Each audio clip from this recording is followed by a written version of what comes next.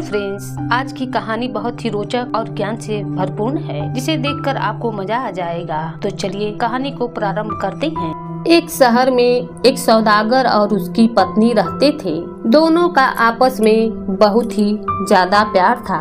एक बार जब सौदागर व्यापार करने के लिए चला तो उसकी पत्नी ने कहा, आप जब बाहर रहेंगे तो आपके हाल चाल का मुझे कैसे पता चलेगा। सौदागर ने अपनी पत्नी को एक चाकू देते हुए कहा, जितना समय यह चाकू ऐसे चमकता रहेगा तो समझ लेना कि मैं ठीक ठाक हूँ। अगर इस चाकू का रंग काला पड़ जाए तो समझ लेना कि मैं बीमार हूँ। अगर इस चाकू का रंग लाल हो जाए तो समझ लेना कि मैं मर गया हूँ। फिर सौदागर अपनी पत्नी से कहने लगा, आप जब मेरे जाने के बाद घर में अकेली रहेंगी तो मुझे आपके सुख दुख के बारे में कैसे पता लगेगा। तब सौदागर की पत्नी उसी समय एक तालाब में गई और नीले रंग का एक कमल का फूल तोड़कर ले आई। उसने यह फूल एक गमले में डालकर सौदागर को दे दिया और कहा, जब तक यह नील कमल ऐसे खिला रहेगा तो आप समझ लेना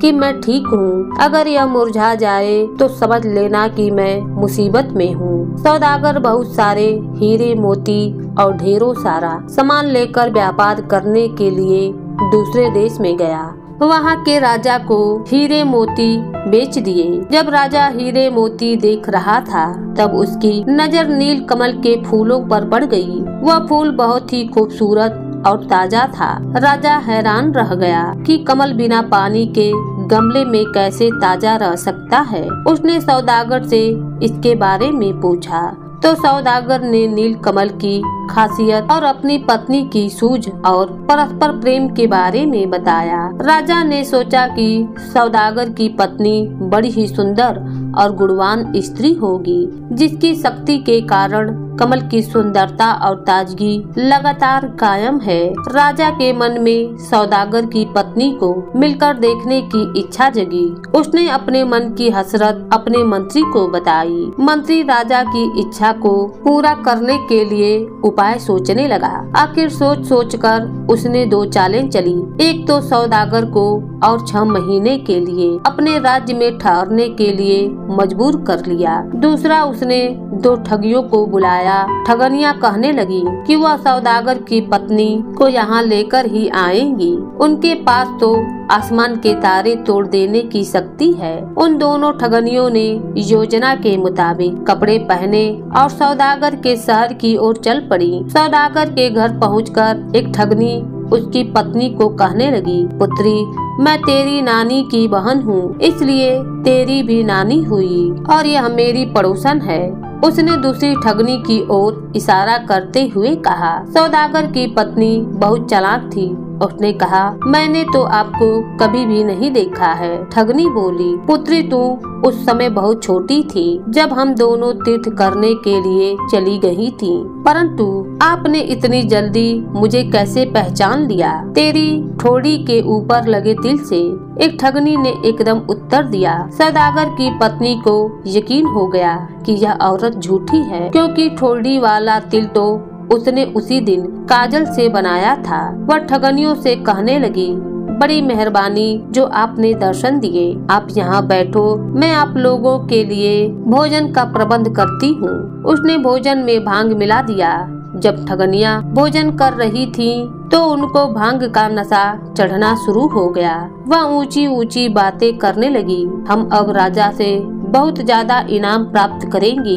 सौदागर की पत्नी हो हम ही ले जाएंगी। थोड़ी देर बाद वह दोनों सो गईं। सौदागर की पत्नी ने उनको पलंग के साथ बांधकर अंदर के कमरे में बंद कर दिया। वहाँ पर वह उन दोनों ठगनियों को भांग के पकौड़े खिलाती जाती और वह दोनों सारा दिन सोई रहती। जब कई दिन बीत गए और ठगनियाँ वापस नहीं लौटी, तो राजा ने 2 ठग मंगवाए।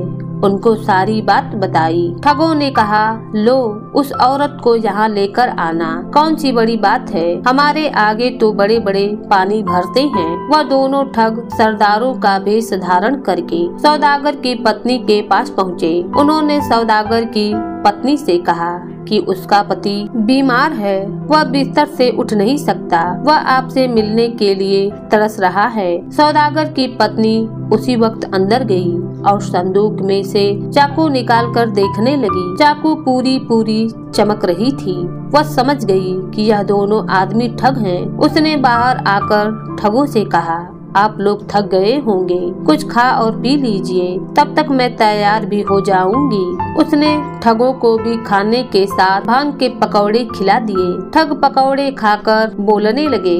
सौदागर की पत्नी ने उन्हें दूसरे कमरे में बंद कर दिया। वह उनको भी भांग के पकौड़े खिलाती रही और वह भी सारा दिन सोते रहते। इसी प्रकार कई दिन बीत गए। राजा ने मंत्री को बुलाकर कहा, लगता है ठग भी अपने लक्ष्य में कामयाब नहीं हुए, अब हमें ही चलना चाहिए। तब राजा और मंत्री सौदागर के घर के दरवाजे पर पहुंच गए। उन्होंने दरवाजा खटखटाया तो सौदागर की पत्नी बाहर आई। मंत्री ने कहा कि उनको सौदागर की पत्नी से मिलना है। सौदागर की पत्नी कुछ सोचकर बोली, मैं तो उनकी दासी हूँ, आप पहले बैठो और भोजन ग्रहण करो, फिर आप मालकिन से मिल लेना। इसके बाद वह उनको रोटी खिलाने लग गई। जब वह पानी सब्जी या रोटी लेकर आती तो भेष बदल कर आती।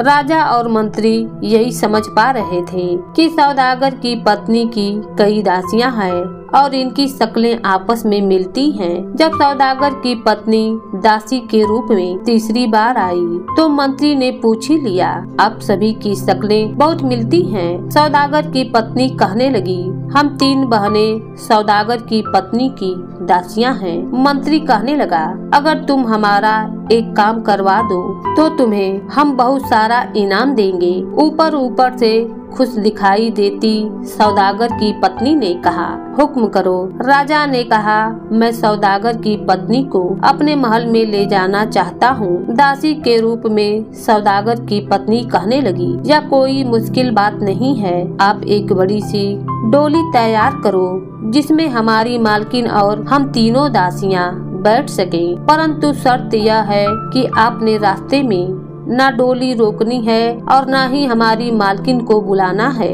डोली महल में ही जाकर खोलनी होगी। मैं सौदागर की पत्नी को कैसे भी करके तैयार करती हूँ। यह कहकर वह अंदर चली गई। मंत्री डोली तैयार करवाकर ले आया। दासी बनी सौदागर की पत्नी ने डोली आंगन में रखवाकर मंत्री और राजा को आंगन से बाहर भेज दिया। तब उसने दोनों ठगनियों और दोनों ठगों को भांग के नशे में बेहोश करके उनके सिर और मुंह बांध के और काली कमल के डोली में डाल दिया। फिर दासी बनी सौदागर की पत्नी ने बाहर आकर राजा और मंत्री से कहा, हम सभी डोली में बैठने लगी हैं, आप कहार बुलवाकर डोली ले चलो। खुद वह अपने कमरे में चली गई। राजा और मंत्री बहुत प्रसन्न थे। वह जल्दी डोली को लेकर महल में आ गए। जब उन्होंने डोली को खोला तो हाथ मलते रह गए। डोली के अंदर ठगनिया और ठग थे। राजा को बहुत गुस्सा आया, पर वह कर ही क्या सकता था। आखिर मंत्री ने एक और चाल चली। उसने राजा के साथ विचार विमर्श करके सौदागर को बुलाया और कहा, महाराज तुमसे बहुत प्रसन्न हैं। वह तुम्हें राज दरबारी बनाना चाहते हैं। सौदागर यह सुनकर बहुत प्रसन्न हुआ। तब मंत्री ने कहा, राज दरबारी बनकर अब तुम्हें यहीं रहना है, इसलिए तुम अपनी पत्नी को भी यहाँ पर ले आओ। सौदागर उसी समय अपने पत्नी के पास गया और अपने राज दरबारी बनाए जाने की बात बता दी। साथ ही राजधानी में रहने की भी बात बताई। उसकी पत्नी ने कहा कि इसमें राजा की कोई चाल है, परंतु सौदागर के सिर पर राज्य दरबारी बनने का भूत सवार था। उसने अपनी पत्नी की एक न सुनी और वह उसे भी लेकर राजा के शहर में आ गया। सौदागर और उसकी पत्नी अब वहाँ रहने लगे। कुछ दिन बीते ही थे कि राजा ने मंत्री से कहा कि वह सौदागर की पत्नी से मिलने के लिए कोई तरकीब बनाए। मंत्री ने सौदागर को बुलाकर कहा कि महाराज को एक चीज जिसका नाम कुछ है की बहुत आवश्यकता है, वह उस चीज को कहीं से ले आए। सौदागर बड़े भरोसे से कहने लगा कि वह जल्द ही यह वस्तु ले आएगा, परंतु वास्तव में उसको इस वस्तु के बारे में कोई ज्ञान नहीं था। उसने घर आकर अपनी पत्नी से बातचीत की। पत्नी समझ गई कि राजा ने सौदागर को कहीं भेजने की चाल चली है। उसने अपने पति से कहा कि इस वस्तु के बारे में उसे पता है, इसलिए वह चिंता न करे। उसने अपने पति के साथ मिलकर 2 गड्ढे खोदे। एक गड्ढे में गुड़ की चाशनी भर दी और दूसरे में पंछियों के पंख और रुई आदि भर दिए। फिर उसने अपने पति से कहा, अब आप बाहर सभी को बता दो कि आप किसी और देश में कुछ लेने के लिए जा रहे हो। सारा दिन आप जंगल में रह लेना और रात को घर में आकर सो जाया करना।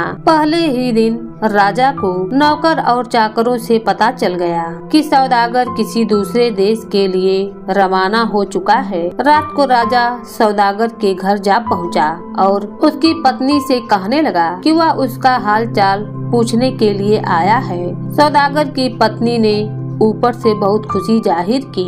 वह राजा को पानी आदि पिलाने लगी।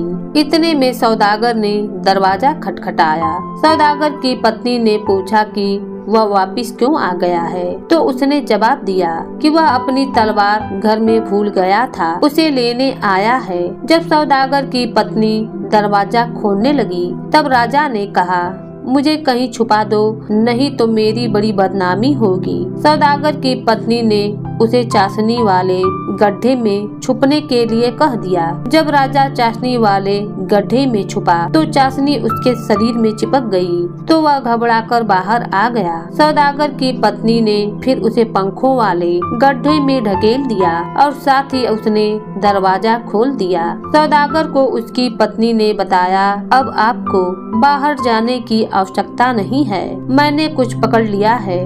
दोनों ने पंखों वाले गड्ढे में से राजा को बाहर निकाला। राजा के सारे शरीर पर पंख चिपक गए थे। उसको पहचानना मुश्किल था। सौदागर ने भी उसे नहीं पहचाना। राजा डर के मारे कुछ बोल नहीं सका। सौदागर की पत्नी ने राजा के गले में रस्सी डालकर कहा कि इसे मंत्री के हवाले कर आओ। सौदागर राजा को मंत्री के पास ले गया और कहा, यह अपना कुछ ले लो, अब यह आपकी जिम्मेवारी है। जब सौदागर घर आ गया तो राजा ऊंची ऊंची आवाज में रोने लग पड़ा। मंत्री ने राजा को पहचान लिया। दोनों ने सौदागर की पत्नी से तौबा किया। दूसरे दिन सुबह दरबार में सौदागर ने जाकर राजा को बताया कि उसने कुछ मंत्री को सौंप दिया है। राजा ने फिर कहा कि उसने वह कुछ देख लिया है। उसने सौदागर को ढेर सारे इनाम दिए। तब सौदागर ने राजा से कहा, महाराज कभी हमारे घर में भी चरण डाले। राजा की जगह मंत्री ने उत्तर दिया, महाराज ने किसी के भी घर न जाने की कसम खाई हुई है। इस प्रकार सौदागर की चतुर पत्नी ने राजा को भी सबक सिखा दिया।